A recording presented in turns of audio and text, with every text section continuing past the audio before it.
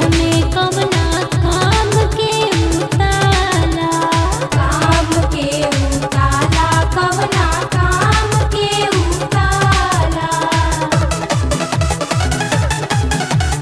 हमसे ना फगुना माया अकेले काटल जाला, चाभी नाही देह में कवना काम के उताला। उहे रजू पागल ई टमाटर हो गया, उहे रजू पागल ई टमाटर हो गया। चोली चाकर हो गइल हो, लहंगा पातर हो गया।